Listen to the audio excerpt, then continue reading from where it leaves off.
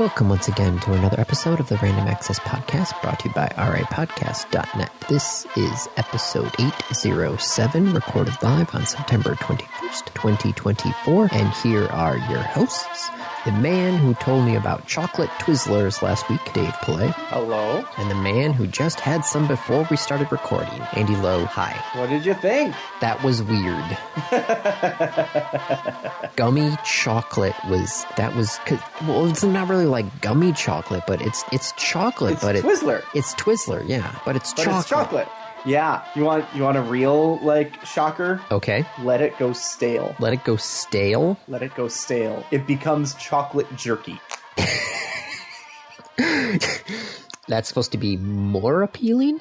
Yes. It's a piece of chocolate that you can put in your mouth and just, suck on for half an hour. All right. I'll take a thing of chocolate and I'll leave it out on the counter here overnight. Oh, no. Andy, these things are shelf stable. They don't go stale overnight. This is put it in your pantry open for a week. I suppose I'll throw some out there and just let it sit. But yes, no, I didn't even know that. They're weird though, right? Yeah, I didn't know that was a thing. And I went to the store. Well, I couldn't get them. Myers doesn't have them. They didn't have them on the shopping app. Yeah. So actually, when I do shopping, we do grocery pickup at Meijer. Sometimes Meijer is out of things, and there is literally a Walmart right next door to the Meijer. So on my way to Meijer, I literally just swing into Walmart and, grab whatever Meijer was out of stock. So I had to do that. And luckily, Walmart had some stuff in stock, but still, that was just some of those things I didn't know this was a thing. And I looked down and oh, there it is. It's right there. Huh. Okay, then. And then you ate one. Mm-hmm. And then it was why? But also, why not? It's not bad. It's just, The more you eat, the more you'll like it. Now, I do have to say the other reason, we were talking about Twizzlers was the voodoo. Yeah. That you do so well. Now, are you trying to reference the song? Yes. Or are you trying to reference the movie? The song? Okay. What movie? Blazing Saddles. Where in Blazing Saddles do they talk about the voodoo that you do so well? During the speech to the ruffians before they attack the town. The town? Yep. Okay, I could see that. I can see Mel Brooks writing that. Yeah. No, I was referencing the song. No, because when I was working at a jazz station in college, and I was the board op for one of the hosts, and she quoted that line, during her mid-song break sort of thing. And, she gets off the air, and I go look at her, I'm like, oh, so you're a Mel Brooks fan? And she's like, no. And I'm like, but that's a line from a Mel Brooks movie. And she's like, no, it's a line from a song. And I'm just like, what? And she's like, what? And so I had to show her exchange of information. Yes. So now when people say that, I'm like, okay, are you quoting Blazing Saddles or not? No. No. I have a feeling, Andy, that most of the people who quote that, and I mean a very clear most, are not quoting Blazing Saddles, since Blazing Saddles itself is a quote of the song. Yes. I don't think most people watched Blazing Saddles and said, man, that's a really good line. I'm going to remember that. Right. So anyway, I tried the Twizzlers. Chocolate Twizzlers? No, I tried the regular Twizzlers. Oh, the regular Twizzlers with the voodoo. With the voodoo. Same flavor? No, actually. Really? They have a slightly different strawberry taste. Uh-oh. So we're back to we don't know what strawberry this is? Yeah. Because I had a whole bunch of those, and I had the voodoo, and I sipped the voodoo, and I tried the Twizzlers, and I'm like, I'm getting the strawberry in both of them, but it's a different strawberry. It's the wrong strawberry. Yes. Now, somebody had pointed out, suggesting that it could be the pink Starburst, but they did that. That is a very different strawberry. Except they did, quote unquote, Starbursts in version 2 or 3? 3, yeah, because it was candy corn and then quote unquote Skittles and then quote unquote Starburst, because during those first years, they couldn't get the actual candy company license. Yeah. So they called it, like fruit chews or fruit candy. Fruit chew candy. Yeah. And, they show a picture of, the Grim Reaper, like dropping those little square wrapped candies. And you're like, yeah, you can't say it's Starburst, but everybody knows. Tell me it's Starburst without saying it's Starburst. Well, it's just like that, those Dorito commercials where they go through the entire commercial going like, we're so good. And you know this product so well. We don't even have to name this product. And they just put a triangle up on the TV screen. I have not seen this commercial. Oh, let's see if I can find it. You do not need to find this commercial. What? I will survive without seeing this commercial. Andy, I pay money so that I don't have to watch commercials. Do not send me a commercial with instructions to watch it. It's going to be really funny, though, because if I send you the YouTube link, you'll probably get a commercial. No, I won't, because I pay money for it. Oh, you pay for YouTube Plus? Premium. I pay for YouTube Premium. Do you know how many you probably do. You're also in a swing state. Yes. How many political ads have you had in the last 18 months? Oh my gosh, they're just every single time. It's really funny. I haven't seen one. Oh my gosh. And that alone... I think is worth the price of admission. Well, Megan doesn't get any because she's on YouTube Kids. Isaac is like flipping between the two of them now because he keeps on getting so many political ads. So he goes back to YouTube Kids because there's no ads? Yeah. That's fantastic. Because, there's some videos that he still watches on the YouTube Kids, especially since the YouTube Kids will actually adjust their video recommendations based off of your age without me doing anything either. So neat. Yeah. Because it knows that he's getting older. Yes. That's clever. Because I think when I signed him up as a child, like asked what his birth date was, and they're like, okay, so we're going to suggest, this age range to begin with. And scale it as he gets older. Yep. I like it. That's a good idea. Oh, Andy, I got a flu shot yesterday. Oof. And a COVID shot. Ah, yes. I needed to do both of those as well. I did them one in each arm. They asked, do you want, both in one arm or do you want them split across? And I said split. And apparently that is the uncommon thing to do. Most people pick one arm. I think splitting it was the right thing to do because my left arm does not hurt anymore. My right arm feels like it got hit by a baseball bat. I always hate when I go some places because everything's set up because they always shoot it in your left arm because that's the non-dominant arm for most people. Oh, they always ask for me. No, there's been a couple of times where they haven't asked. They've just gone straight for the left arm, and I'm just like, okay. This is going to be fun. Well, but you want it in your dominant arm. Yes, that's what it hurts, and it hurts, every time you use it, but more usage of your arm means more blood flow, which means it'll hurt less. Yes. Yeah, you do want to use it in your dominant arm. So I took the COVID in my dominant arm and the flu in my non-dominant, and then I proceeded to do wall push-ups. To get the blood flowing through them. And every couple of hours during the day, I would just turn to the wall and just do presses against it. But damn, it still fucking hurts a lot. Yeah, I gotta get. Did you walk in for those or no? Because we're in the healthcare industry tangentially, and because we have 14,000 people on campus. We hire a group to come to the campus. Oh, nice. And they just set up in one of our big rooms. And then we put the signups and say, who wants to go get vaccinated? Because it's also covered under the company insurance. So they do hundreds of people a day. Thousands. There were 1, 2, 3, 4, 5. There were at least 9 people delivering vaccines, standing there with needles. You walk up to them, they wipe this, they take the information, they collect it, etc. They wipe your spot, and then they shove a needle in, and then they put a Band-Aid on it, and then they say, all right, have a good day. Thousands of people. So I just walked over to it at work. Yeah, I'm wondering if, I haven't heard anything from the state. I don't know if the state can do something like that or not. Well, the state, everyone's spread out. Yes. You don't have a central place that has everyone. No, but our division headquarters is in the Lansing complex. It's not the downtown complex, but there is a off Lansing complex that's got us, state police, Secretary of State, vehicle maintenance. I don't know at that point if it would be the return on investment kind of thing. I don't know. The return on investment for us is that if we make it easy for people to get vaccinated, fewer people are going to get sick and have to take sick days. Yes. And so there's 14,000 of us right there. Mm-hmm. No, I'll just see if I got some extra time and then just do a walk-in during the middle of the day. The really crazy one that they announced recently, if you volunteer to work the election, you don't need to take time off. Oh, like not even as like PTO. Like it's just, yep, go do that. Go work the election. State of Michigan gives it as a paid holiday. That's nice. Yep. So I get paid for working the election, and I get paid. And then you get paid for working. Yep. Yeah. That's really nice.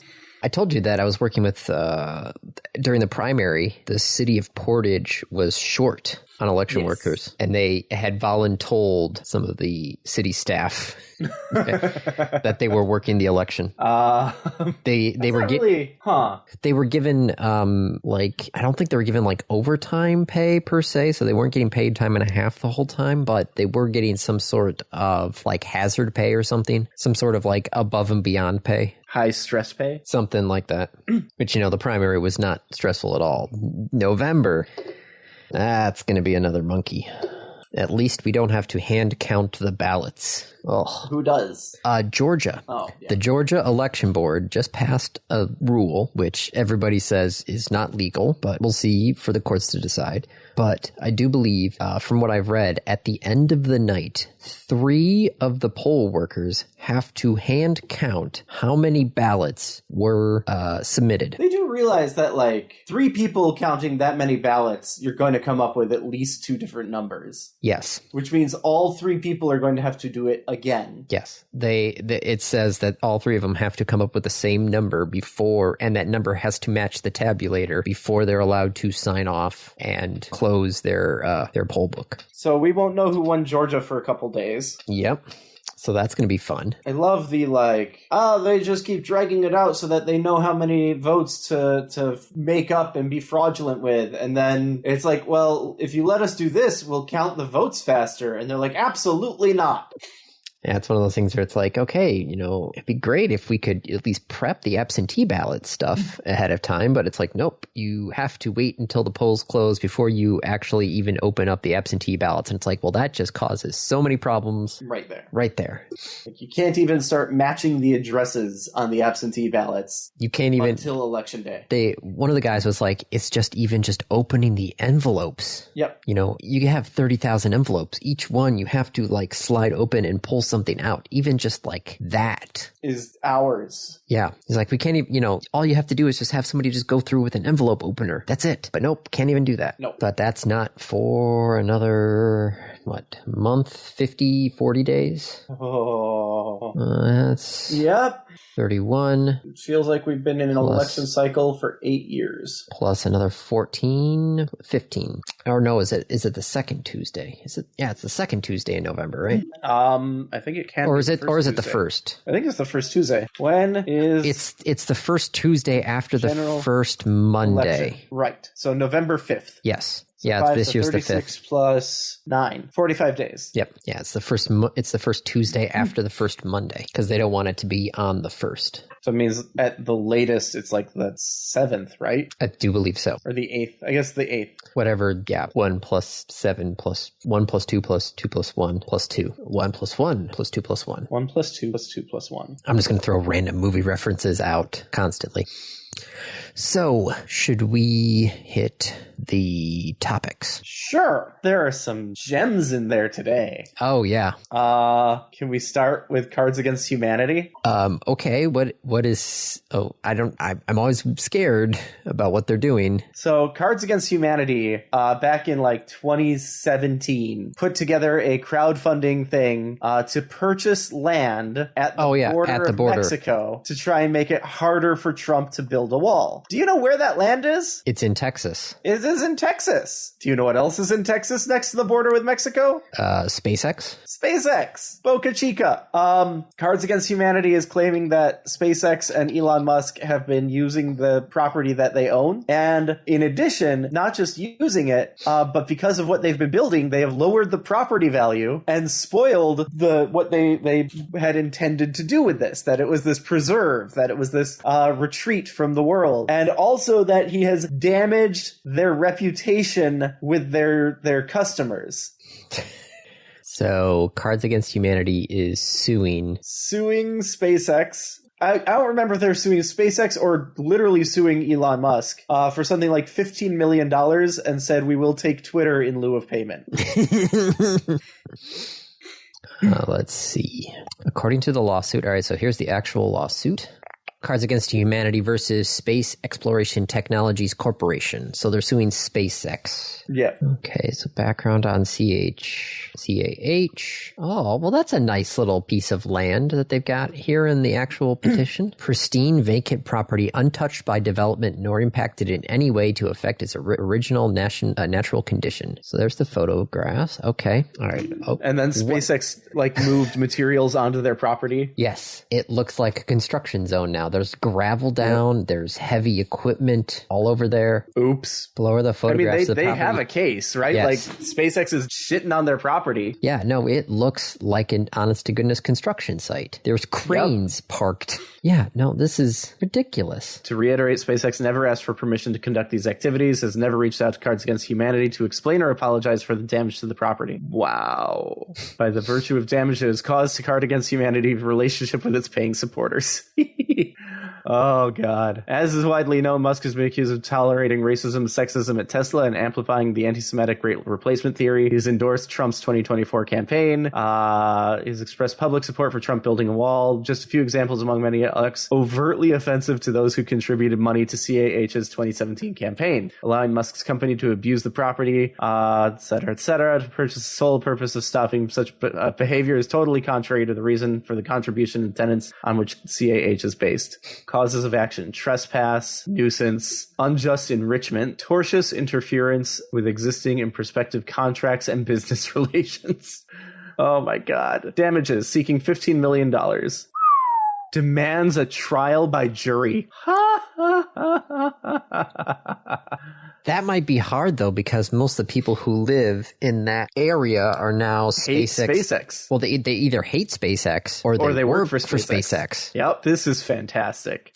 Well, we'll see how this goes. Praised defendant space exploration to be commanded to appear and answer in the plaintiff Cards Against Humanity, have him recover the following. After trial on merits, issue a permanent injunction and prohibit it. SpaceX award CAH actual consequential and exemplary damages and fees. Wow, that's amazing. Seeks fees in addition to the court's minimum jurisdiction limits. Seeks exemplary damages. Jesus Christ. Some lawyer had a really good day. Just typing this up. Well, that's not the only. Not the only problem that SpaceX has, because aren't they getting fined for something? Yes, the FAA is proposing a set of fines of $633,009. $9. It's one set of fines is related to June 18th, 2023.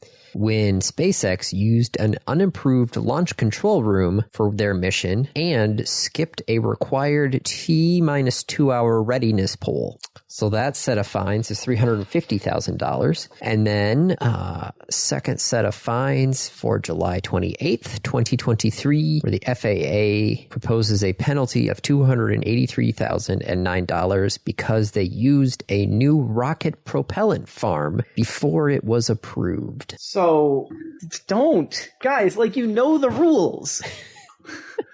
Meanwhile, Musk is out there saying, hey, you shouldn't be fining SpaceX for this bullshit. You should be fining Boeing for stranding 2 astronauts up there. My answer is, ¿por qué no los dos? Nationalize SpaceX. Well, I just love the fact that, SpaceX posted their thing last week complaining about the FAA and how slow their regulations and all this other stuff. And that, it's going to take, 60 extra days before Starship gets approved for the next launch. Yep. And then FAA turns around and goes, oh, by the way, you owe us over $500,000. You owe us $600,000. I'm sorry, what? Just goddamn nationalize the company.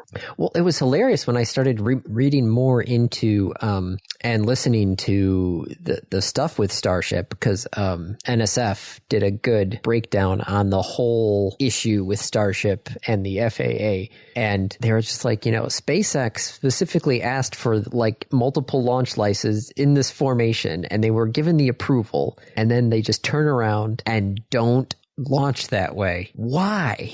I don't know. It's like they specifically checked this box that said you wanted your launch licenses to be a multiple launch license format with, slight iterations between. Yes, that was all approved. Everybody was okay with that. And then you threw that out the window and decided, hey, let's do this instead. Probably because Elon was high on ketamine.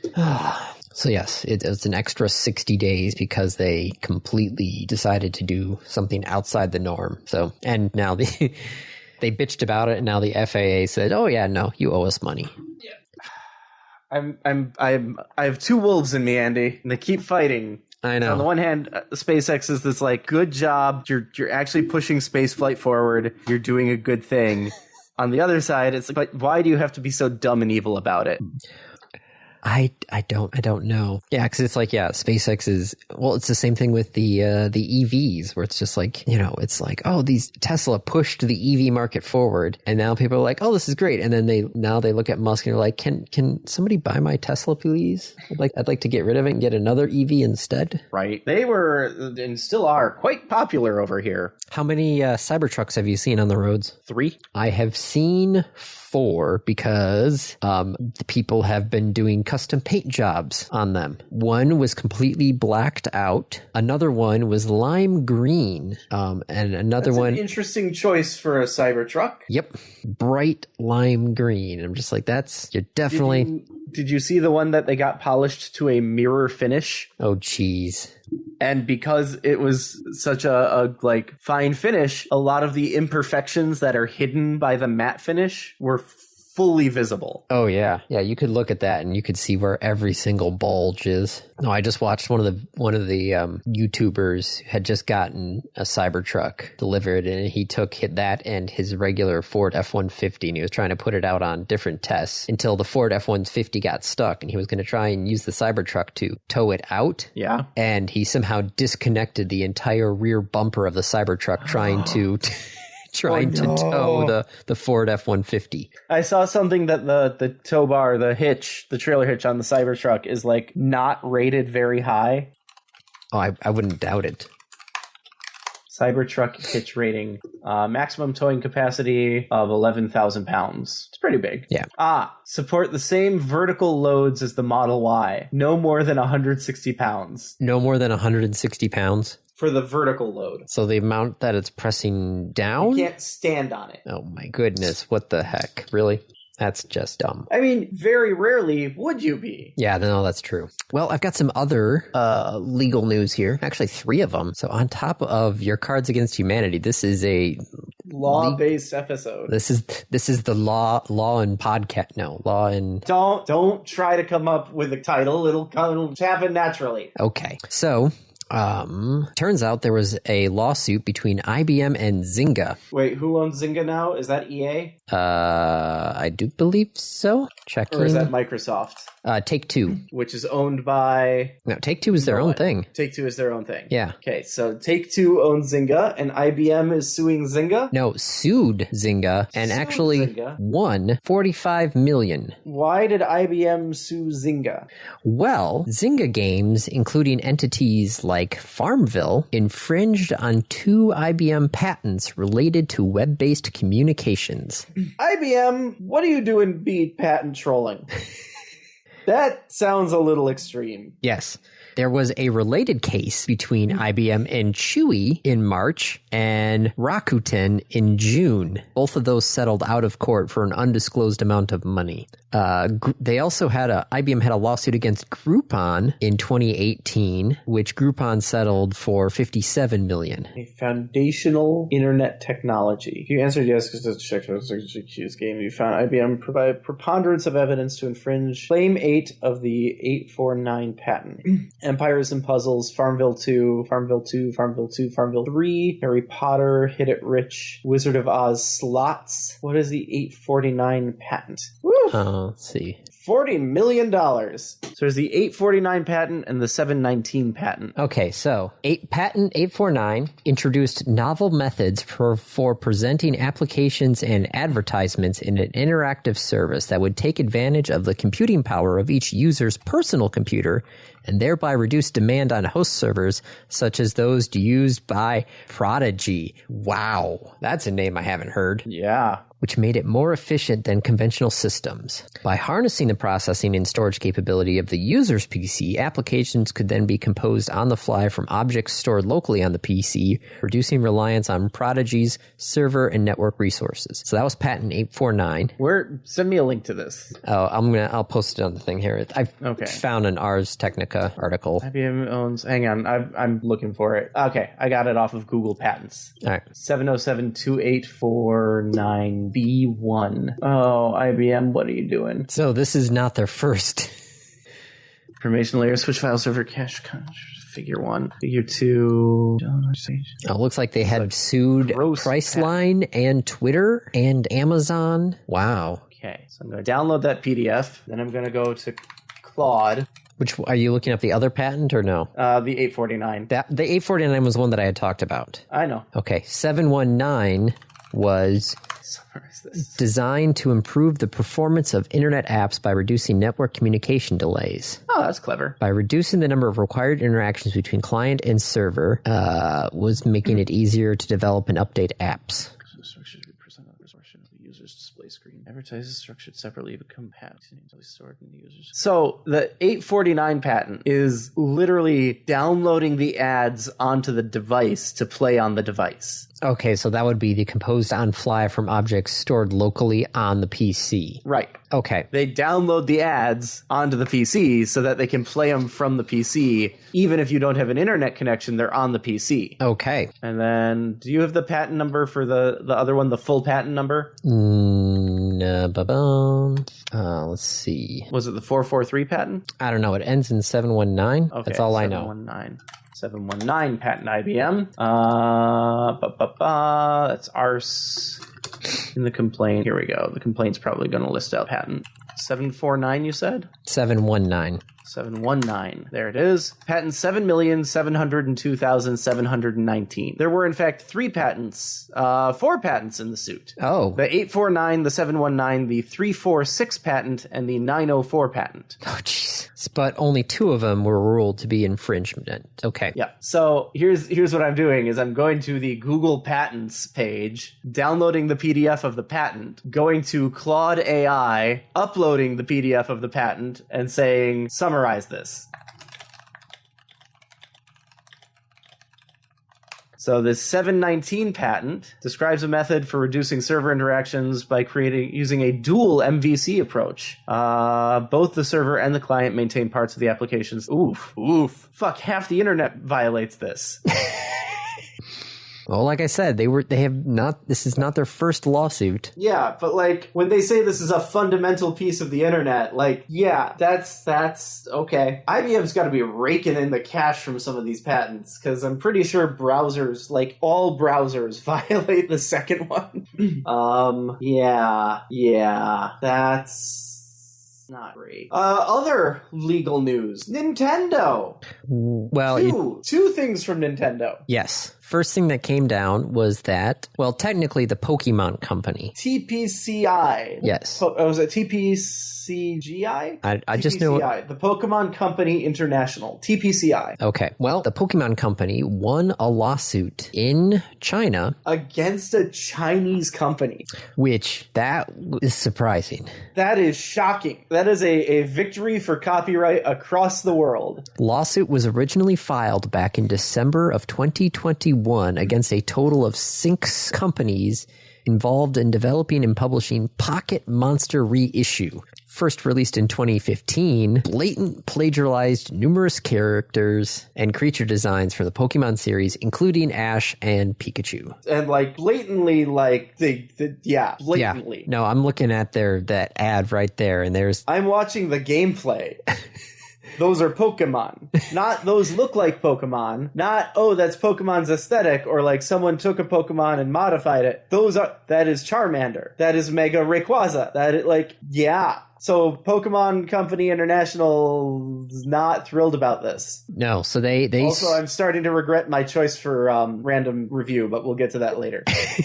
So the lawsuit was originally filed back in December 2021 against a game first released in 2015, and here we are in September of 2024, and one of the 6 companies involved in this was found. The court has acknowledged the infringement accusations, ordering one of the companies involved to pay 107 million won, which is 15 million right now in the conversion rates. 3 of the other companies named in the lawsuit were ordered to bear joint liability, but have since filed appeal. The Pokemon Company originally claimed an estimated 72 million in damages. So that they're getting 15 million? They're getting 15 million.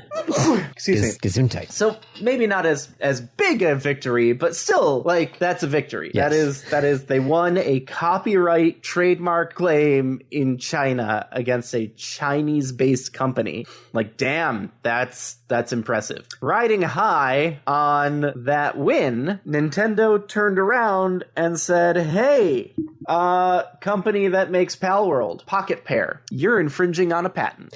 Not copyright. Not copyright. They are not going for them for copyright. They're going after them on a patent case. Yes, but they haven't specifically stated which patent? Yes. I feel like they have to before the trial begins. Well, did I post the one where they had put a response in? I think, yes. Palworld Pocket Pair responded to the lawsuit.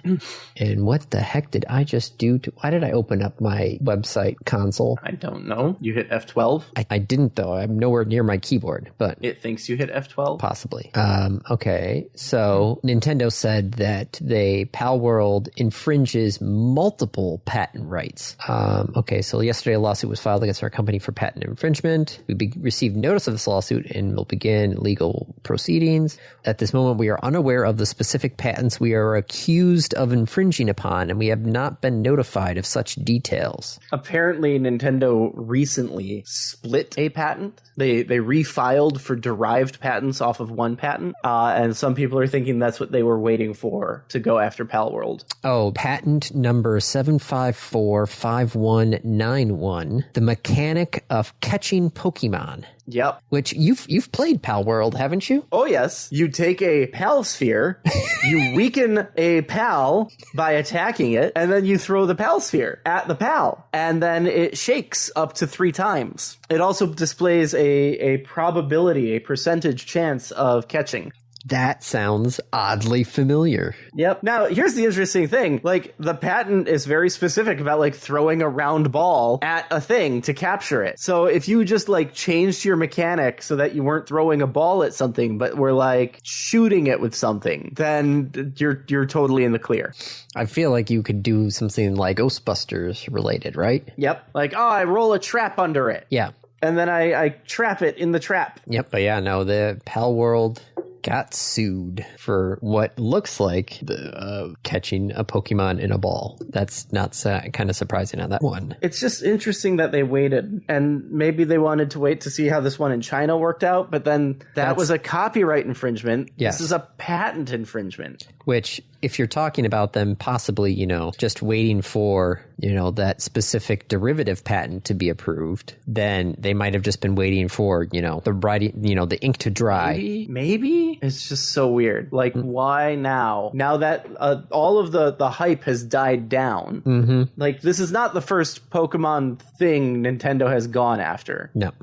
But usually, well, there's an interesting take on it. The other times Nintendo has gone after someone for Pokemon, if you look up, like, Pokemon Uranium was a fan-made Pokemon game, and Nintendo went after them hard. And the reason they went after them hard was it was in, like, 2016, and there was a new project coming out in 2016 that Nintendo kind of wanted people to focus on. I get you. Right. Yeah, sorry. I had to do a little history You're like, in my wait, head. what came out in 2016? Pokemon Go came out in Yeah, I was 2016. like, oh yeah. So I don't know. Maybe there's a new Pokemon product coming that Nintendo's very excited about. Well, is their 30th anniversary, right? For Pokemon? Yeah, I think Pokemon 30th anniversary. Probably in Japan. Yeah, it would have been out there before here. February 27th, 2026. The 30th anniversary of Pokemon Red and Green, original release date in Japan. So people are thinking that's possibly when the Gen 10 games are going to come out. Oh, maybe. Because that's a couple of really nice round numbers. When is Pokemon Legends Z or whatever? Oh, Z to A? Yeah. How do I know these things? Pokemon Legends ZA.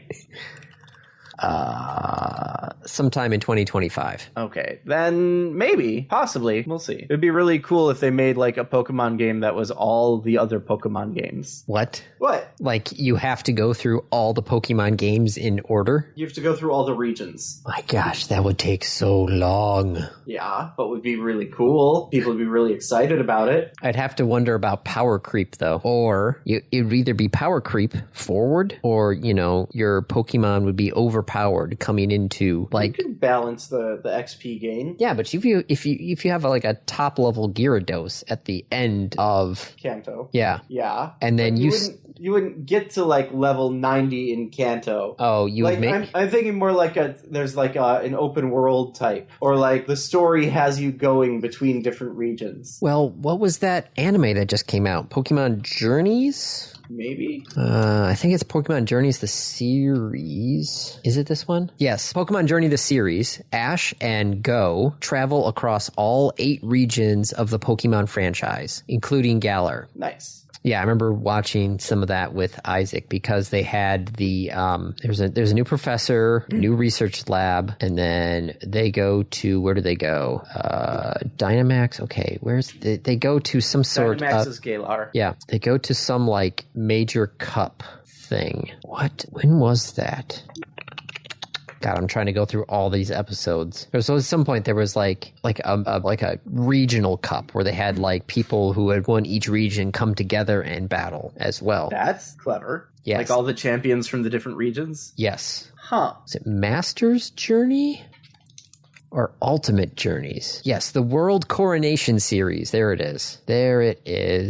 So there was the World Coronation series that they were trying to, Ash was trying to, become the best of the best. So the very best. And yes. Like no one ever was. Yes. Cause so that one ended 2023 and then Horizons came up with new main characters. So yes, there was the end of the Ash series in the anime had him doing this World Coronation series. Yeah. So something like that would be interesting. Yes, you're right, because they already did it in the anime. Yeah, and in a lot of fan games. Yes. Well, I've learned quite a bit about Pokemon fan games lately. Any other topics on here that you want to talk about?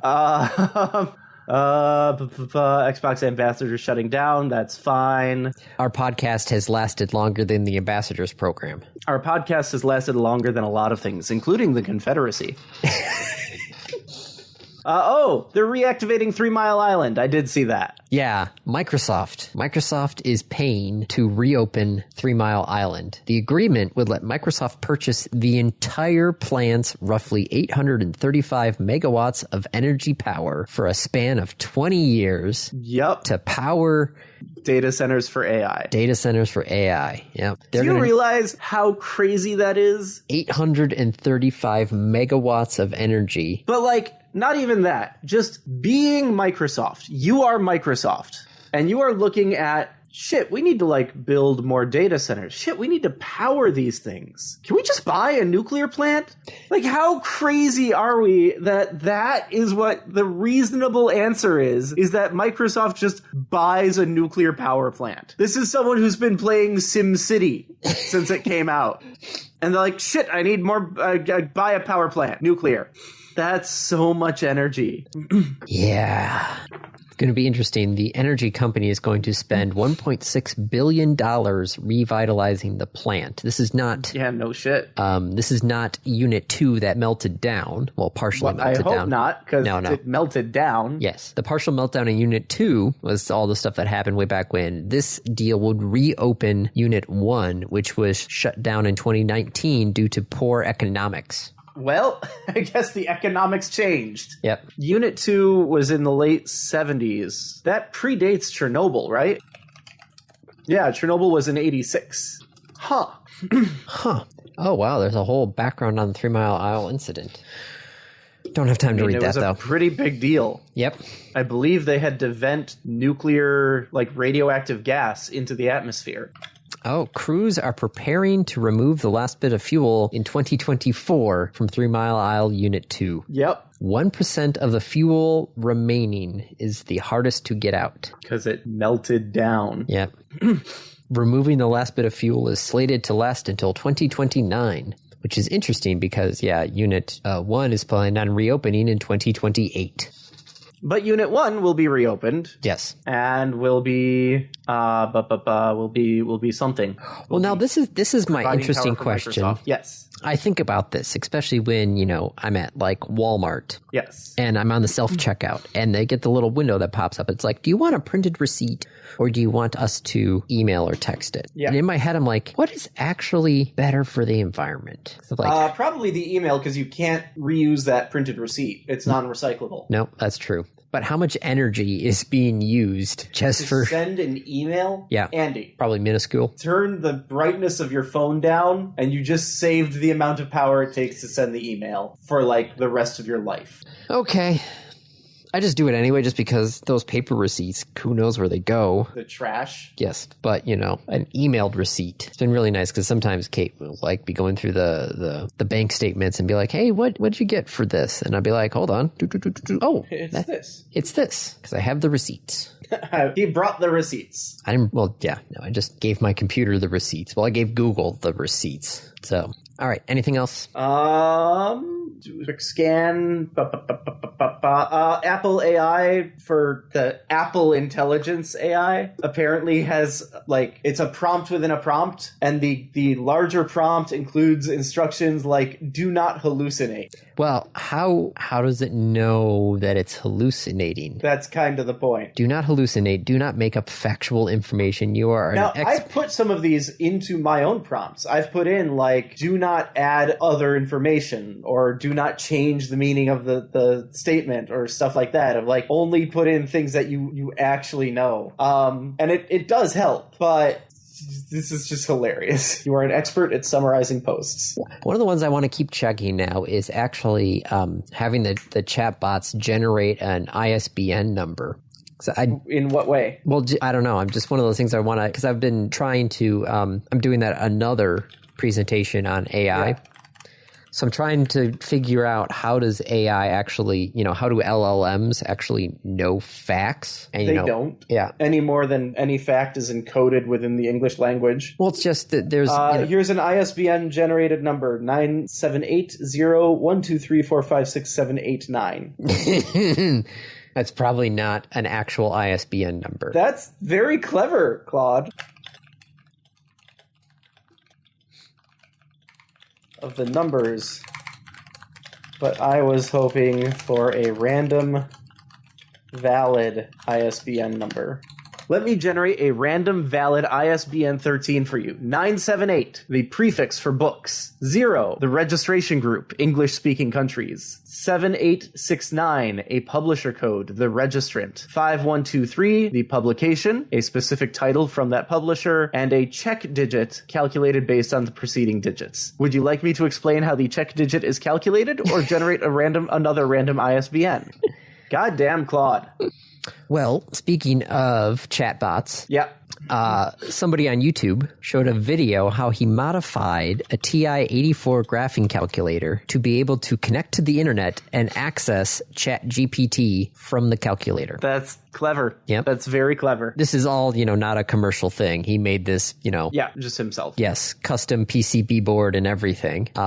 But yes, he successfully installed the custom board into the calculator's housing without any visible signs of modifications from the outside. And he also developed custom software for the microcontroller, which you can actually have everything stored on the microcontroller. So even if the calculator's memory, if a teacher inspects or clears the calculator's memory before a test, the launch program can be downloaded on demand again. Because it's on board. Yeah.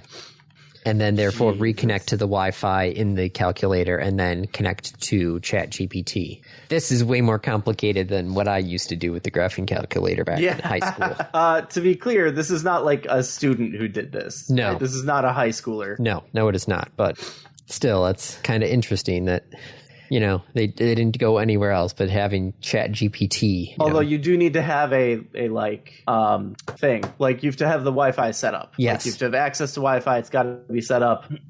Clever. Oh, he's using the transfer, send P, and then the microcontroller is just replying with stuff. So he didn't add, to be clear, he did not add GPT to a TI-84. No. He added a computer in the shell of the TI-84 that the 84 thinks is another 84. Yes. And so they can just send and receive information between them because that's what the calculators do. Yeah, so he made another computer to fit inside your calculator to communicate with your calculator. Yeah. Yeah, but still way more complicated than what I did. I do have to say, though, it was kind of fun watching our algebra class. But, like, you're going to have to sit there and type in the question. Yes. It would be so much easier to do this exact same thing, but do a, like, chat room. Well, it's a web interface, so, you know, I feel like very clever. I feel like saying ChatGPT is kind of just, you know, looking for the headline click right there. Yeah.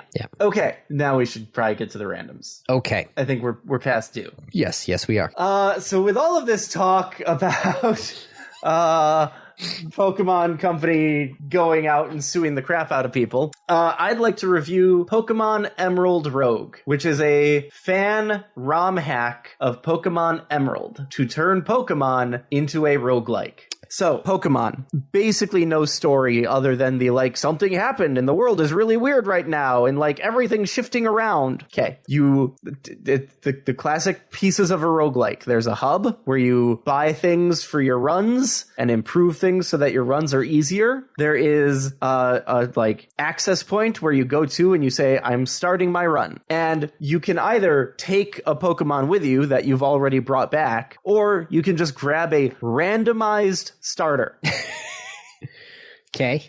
So my most recent run, I had a Beldum, just as my starter. I had a Beldum. You go out into the randomly generated overworld where you get your choice of zones, right? Just like any good roguelike, like Hades. At the end of each zone, you get a choice of, okay, which zone do you want to go to next? Here are your options. So you're on the overworld and you go and you're like, I'm going to go to this difficult area or this easier area, and then it's one of the types. So every zone specializes in a type, and at least one of the Pokemon that spawn in that zone will be that type. You level up very, very quickly, because the idea is you shouldn't need to grind.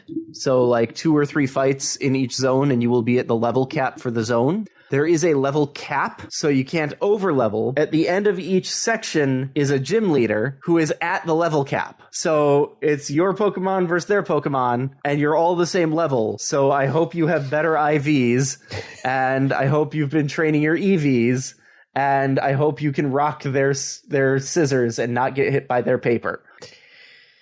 Yep. It's a roguelike. It's fantastic. It's so fun. It's also very frustrating when you get like 5 gyms in and then you get outsped by this thing. You don't have access to the PC, so you can't store Pokemon. You have your 6. Huh. Also, fainting is death. Oh, okay. When your Pokemon faints, it is released.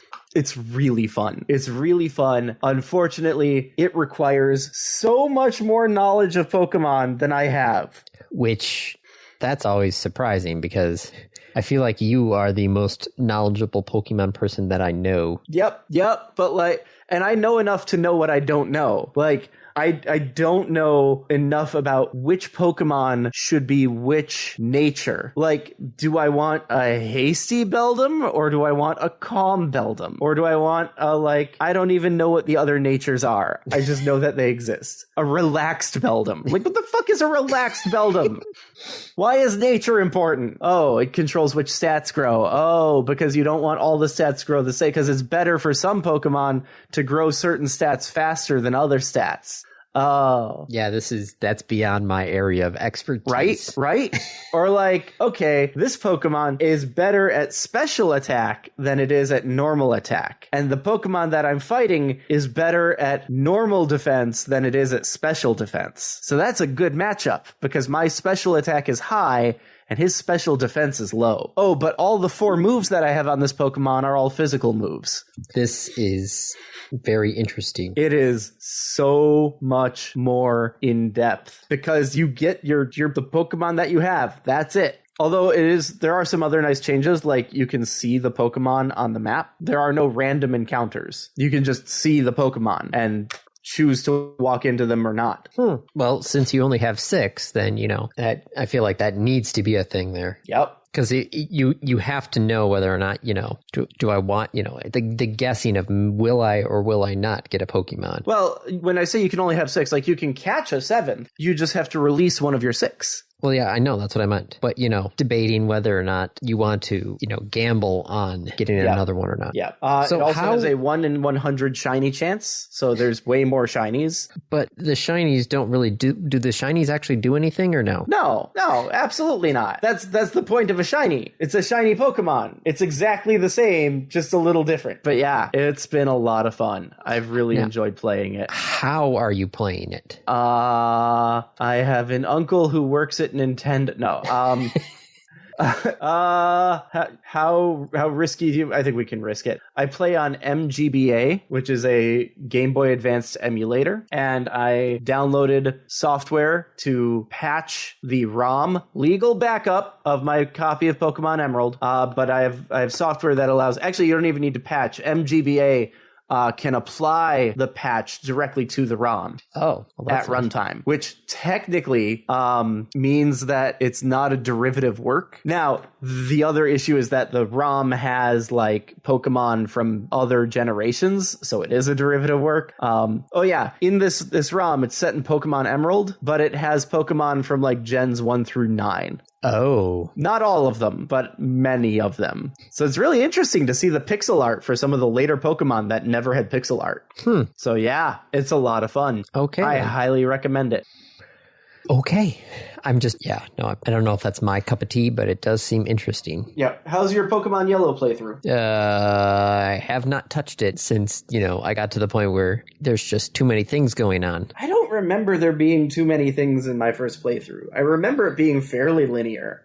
Well, I went to there was the town with the Pokemon Tower, and then I went someplace and there was like people fishing, and then I went another place, and then I got into the Team Rocket version of the Yakuza, and there was also a shopping mall. Yep. There was a lot going on there. It's like, okay, I was a fairly linear path, and all of a sudden it's just like, okay, I'm going. Like you can't go into the Pokemon Tower until you get the thing from the dude in the rocket area. You can go partially up the tower, I found out. Yeah, but then you get stuck. Yes. And then I think if you try to go up and talk to the people up there, they tell you like, oh, there's a dude who's supposed to be working on something for this. Yes. And then I went down, and then I went down towards the fisherman, but then there's like a Snorlax just hanging out on the pier. Yep. So you need the flute to wake up the Snorlax. Yes. So then those are dead ends. Yes. And then I got to the whole Plinko casino area. Yes. And part of me is like, do I want to keep playing these games to get the Porygon? There's some like Pokemon as a prize. Yeah, I think it is Porygon. I'm like, do I really want to have to go through all this for the Porygon? No. So then there's the Team Rocket in the secret area in the Plinko room. And then it's like I'm going into this giant shopping mall. And at that point, I'm like, there's just there's too many things. I'm just... Andy, there aren't too many things. Like, you are right there. You are where you are supposed to be. I know, but it was just having to... This dead end, this sort of dead end, this, by the time it just hit too many, like, walls... at the same time. It's and then trying to guide you. I know, but then having to go backwards again, it just threw me off too much. Okay, I just played with a fly that landed on my monitor. I don't- Total side, like absolutely random. A fly landed on my monitor. Not a house fly, like some other fly. And I'd move the mouse under it. And then because it's this like bright white mouse, it saw it and it flew to a different part of the screen. And so I moved the mouse over to it and it flew to a different part of the screen. I moved the mouse to it. We played a little game of chase. Mm-hmm. All right, random topic. Random topic. Rolled ahead of time. Yeah. Can you train ChatGPT to create a Hans-style random topic question? How many random topic questions do we have? In terms of data sets needed for a large language model, not We don't enough. need data sets for a large language model. Oh, we just need to get ChatGPT to... We just need to feed the existing list and say, make more like these. Let's see. So this is we started in episode 6. This is episode 807, but there are RTRs sprinkled throughout. I feel like at this point we have like 600 plus examples. Yes. Yeah. I would say 700 plus examples. Yeah. Then yes, we have enough that you could feed that into an LLM and say, make more of these. So Dave, what I need you to do...